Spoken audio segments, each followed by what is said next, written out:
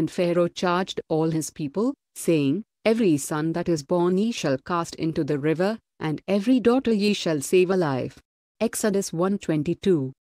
An archaeologist in Egypt has discovered a cemetery full of child slaves from the time of the pharaohs, a chilling find which echoes the biblical account describing the difficulties the Hebrews suffered in Egypt.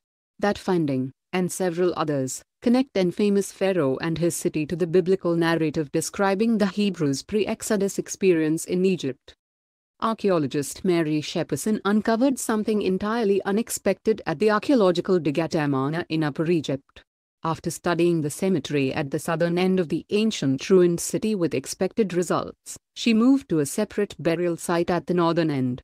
What she found at the new site shocked her: narrow graves containing multiple bodies, buried with little ceremony or care. Altogether, 105 sets of remains were found. But the most shocking discovery was that all of the remains belonged to young people whose bones showed signs of brutal labor and neglect. The haphazard disposal of the bodies, 90% of whom belonged to youths between the ages of 7 and 25 at time of death, pointed clearly to the conclusion that the children had not been buried, or cared for, by their families, which led Shepperson to conclude that the children were likely slaves. Family was very important in ancient Egypt, and it was the responsibility of relatives to see that dead family members were properly provided for in the afterlife, explained Shepperson in a report on her findings in The Guardian. This strongly suggests that they were not returned to their families for burial but lived and died away from the care of relatives. The children seem to have been removed from their families with little intention of them being returned.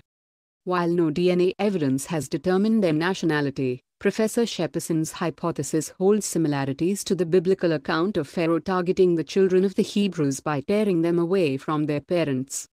And Pharaoh charged all his people, saying, Every son that is born ye shall cast into the river, and every daughter ye shall save alive. Exodus 1:22. Harry Moskoff, an expert in biblical archaeology, noted that the biblical connection was possible despite the differences. Though the Torah says that newborns were thrown into the Nile, Moskoff explained to Breaking Israel News, it could be that this was only a metaphor for the children being taken away from their families into brutal slavery, not entirely unusual for the Bible. But it is already one step away from the text, he admitted.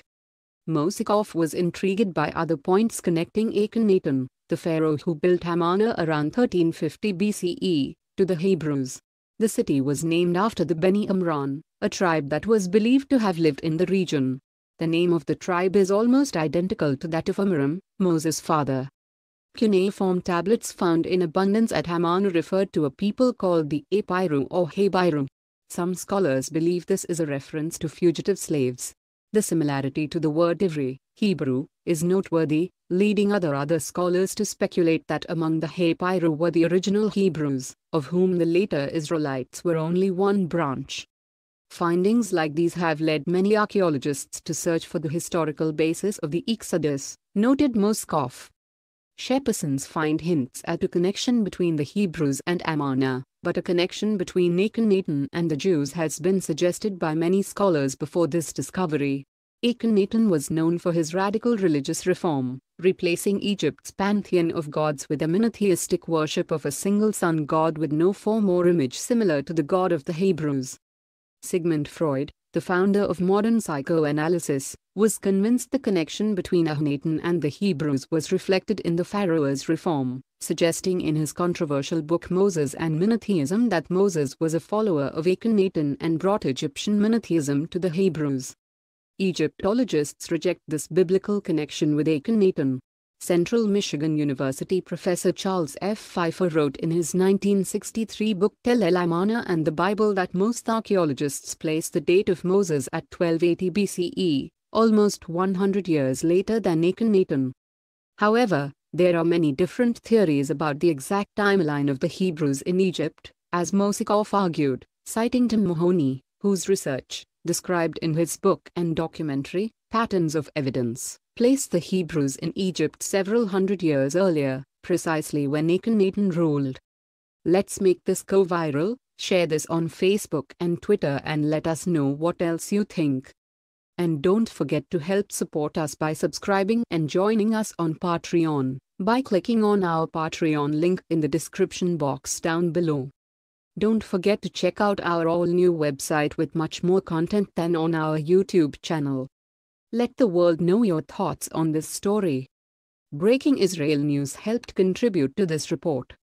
Thanks for watching and goodbye from all of us here.